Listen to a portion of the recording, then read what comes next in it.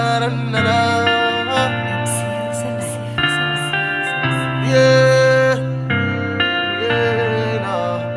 si tu crois que la vie te déçoit, dis-toi que tu vas le faire encore une fois. Tout est question de priorité et choix. Chers internautes Koumoulamb TV, chers lecteurs Liberté Info, nous sommes ici en bas au centre J. Celtis dans votre émission Au fond des choses, qui recevra M. Pape Abdoulaye Seck. M. Pape Abdoulaye Seck est un jeune cinéaste, fondateur de Sangomar Original, créateur de contenu de l'audiovisuel. Nous allons à sa rencontre pour avoir plus d'informations lui concernant.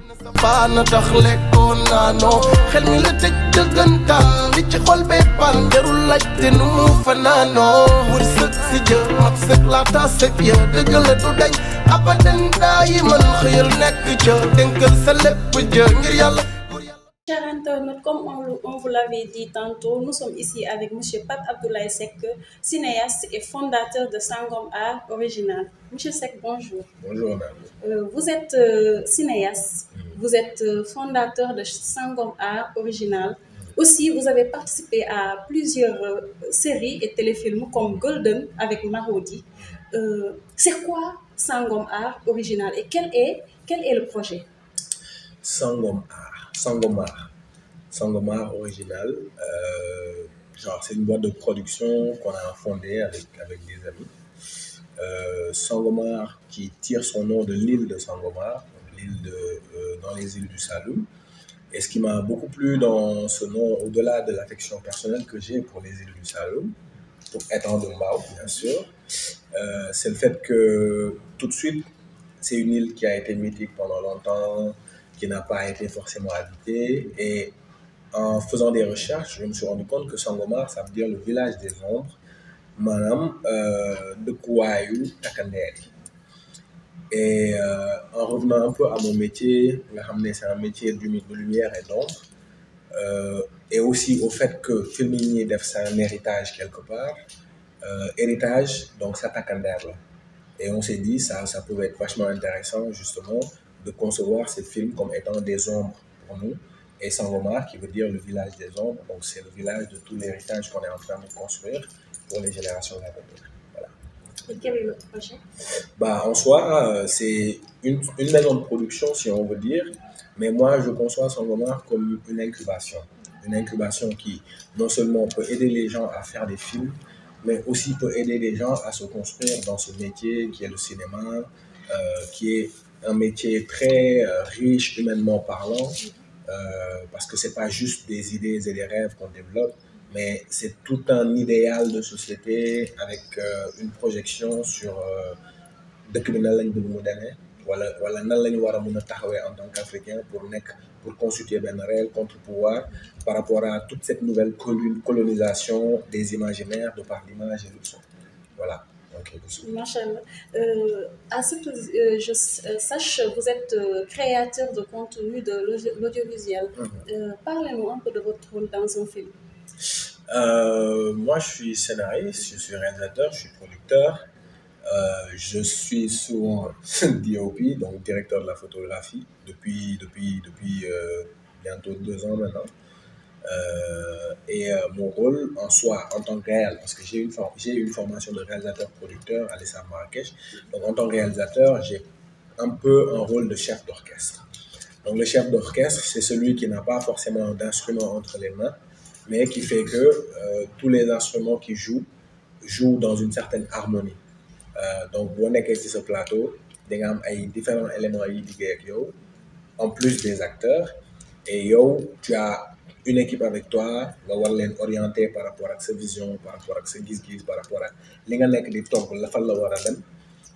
et avec les acteurs, il y a toute une complicité pour justement travailler à ce que nos personnages de Dougoulène, nous mën seey ci biir personnage bi pour ñoom ci seen jëmu bopp ñu réere seen bopp pour ñu mën a gis personnage bi mu fës bu baax.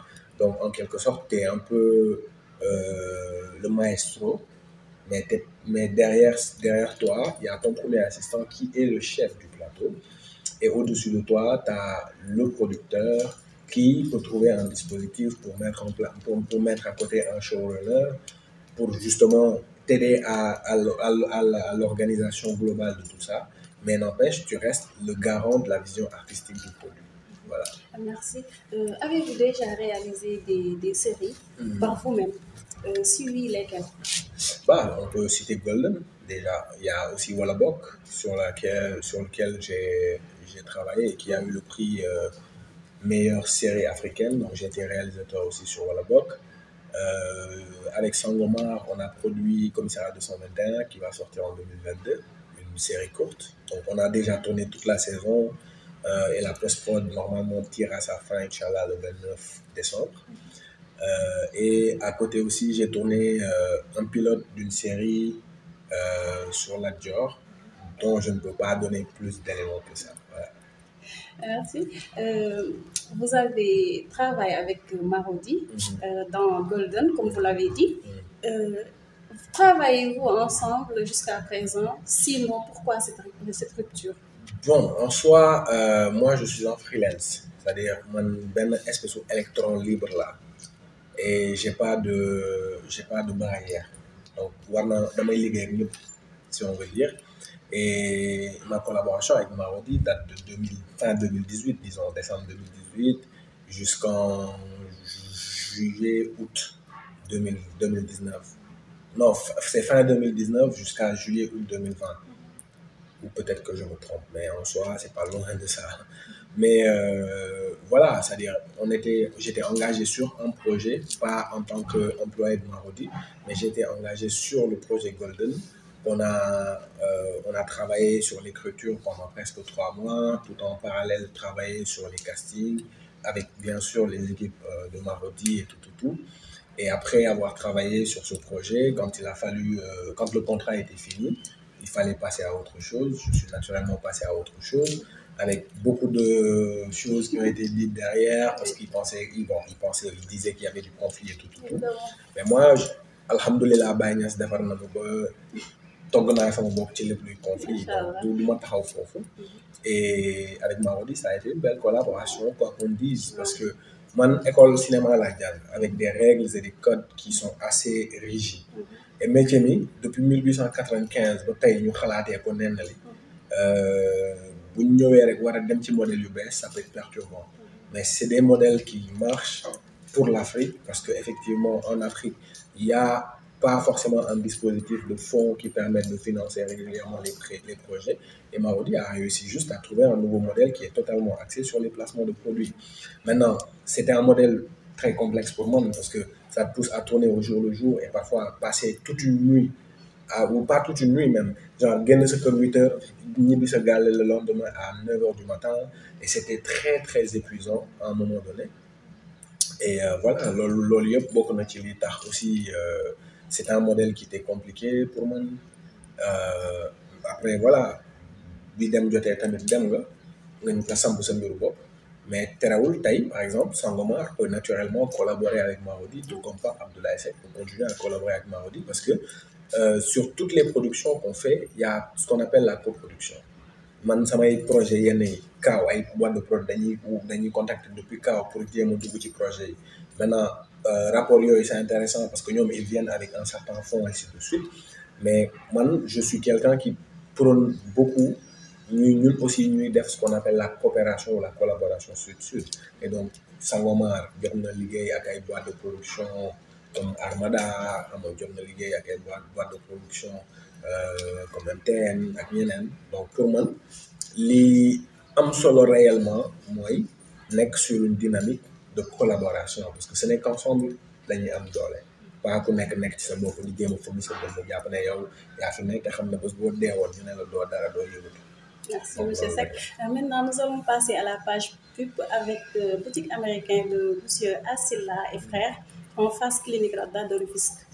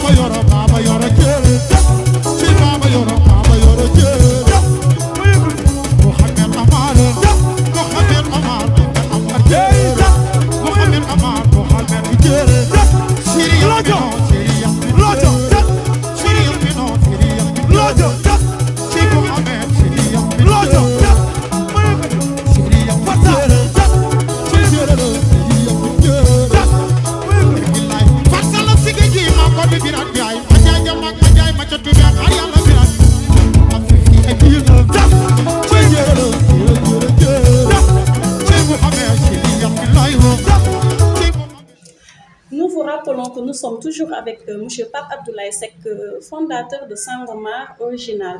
Monsieur Seck, nous sommes en bientôt 2022. Que nous réserve Sangomar Original? Bah, Sangomar, c'est une boîte de rêveurs. Hein. Tous les jeunes qui sont là sont des rêveurs. Et moi, je suis le plus grand rêveur parce que c'est un colibé qu'on m'a souvent collé et que j'aime beaucoup maintenant parce que je me rends compte que c'est bien de rêver parce qu'en rêvant, on garde l'espoir, on se casse la tête à accomplir les rêves et il y a la réunion pour la couler. Donc, les Sangomar réservés pour 2022, c'est juste de continuer à rêver en espérant que ces rêves qu'on partagera avec le public sénégalais et le public africain seront appréciés. En tout cas, Merci, M. Seck. Maintenant, votre mot de la fin. Mot de la fin, mot de la fin, c'est déjà vous remercier pour la visite. Parce que c'est pas évident d'être dans son coin et de voir les gens qui s'intéressent un peu à ce qu'on fait. Moi, je suis quelqu'un qui communique, mais pas excessivement, parce que j'aurais pu tous les jours communiquer. Mais souvent, je préfère choisir le moment où je vais, parce que aussi, il faut que je aies un temps où je vais. Et de la même manière, je pense que je vais faire aussi hier parce que c'est pas évident de gorgorler sans moyen, quoi qu'il advienne. Et donc, mon mot de la fin, c'est de dire aux autorités d'ouvrir les yeux. Voilà. Il faut qu'ils ouvrent les yeux. Ñu bàyyi seen xel mi ñuy nekk tëju foofu yaakaar ne àdduna bi li ñuy calculer seen bopp yi moo koy tënk non yàlla bu bindee ay doomu aadama ñu bëri ku ci nekk mu am lu mu def ci yow ku ci nekk as tuuti leer mi ngi ci yow il faut réfléchir sur comment mettre en place un dispositif justement buy permettre leer yooyu yëpp ñu doon dara lu am solo mais souvent réew mi dañuy fay leer et c'est bien dommage parce que ay Mark Zuckerberg ak yeneen ñàkkuñu ko mais nañ leen may espace yu mën a exprimer woo et Sangomar c'est ce que ça essaie de faire donc tënkuwuma rek ci audiovisuel on fait aussi de l'art scénique, on monte des spectacles, on fait des installations artistiques et on fait aussi ce qu'on appelle des travaux de développement personnel pour les artistes. Voilà. Merci. Nous aussi, nous vous remercions, M. Pape Abdoulaye Seck, d'avoir accepté l'interview. Voilà ce que nous avions amené avec M. Pape Abdoulaye Seck, fondateur de Sangomar Original. Nous vous donnons rendez-vous dans un autre numéro avec une autre invitée. Merci. Adieu. War nekk ci évité bay suñu waar sax ci liggéey